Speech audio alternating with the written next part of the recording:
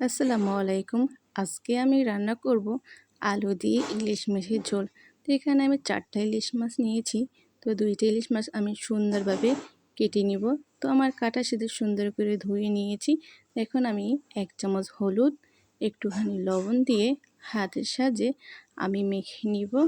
এখন আমি হাত দিয়ে সুন্দর করে মেখে নিব যাতে হলুদ লবণ সুন্দরভাবে মাখাটা হয়ে যায়।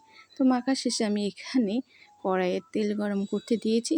তো আমি এক এক করে ইলিশ মাছগুলো ভেজে নিব।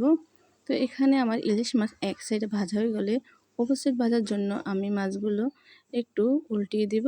তো এরকম একে একে করে সব ইলিশ মাছগুলো আমি ভেজে নিব। তো ভাজার শেষে আমি কিন্তু এখানে যে মাছগুলো কড়াই থেকে উঠিয়ে নিচ্ছি। এরকম করে সবগুলো মাছ আমি ভেজে নিব। তো আমার ইলিশ মাছগুলো ভাজা শেষ।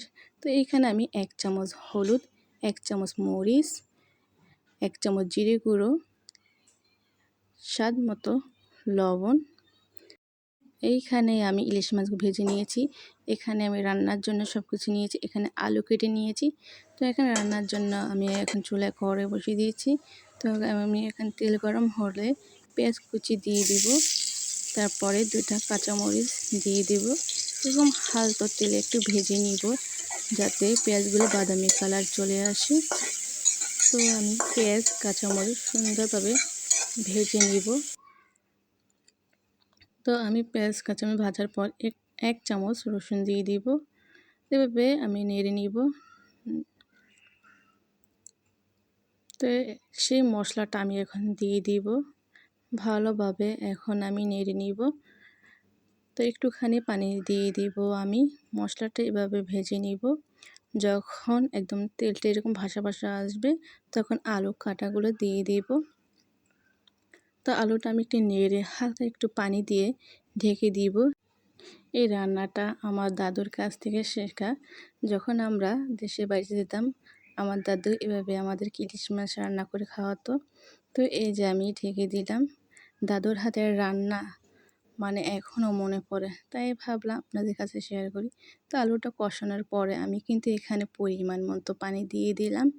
তো এখানে পরিমাণ মতন পানি দিয়ে আমি একটু নেড়ে নিব। এই রান্নাটা পুরোপুরি আমার দাদুর কাছ থেকে শেখা। দাদুর কথা মনে পড়লে অনেক কান্না পায়। দাদুর হাতের রান্না মানে খুব আমাদের পছন্দ। তো এই যে আমি একে একে করে মাছগুলো দিয়ে দিলাম। এভাবে করে এক এক করে সব মাছ দিয়ে আমি ঢাকনা দিয়ে ঢেকে দিব। ঠিক 10 মিনিট পর অপেক্ষা করলেই আমাদের রান্না হয়ে যাবে আলু দিয়ে ইলিশ মাছের ঝোল। তো এই যে আমি কিন্তু 10 মিনিটের জন্য ঢেকে দিলাম। ঠিক 10 মিনিট পর আমি এই যে ঢাকনা উঠিয়ে নিলাম। এই যে আমাদের রান্না হয়ে গেল আলু দিয়ে ইলিশ মাছের ঝোল।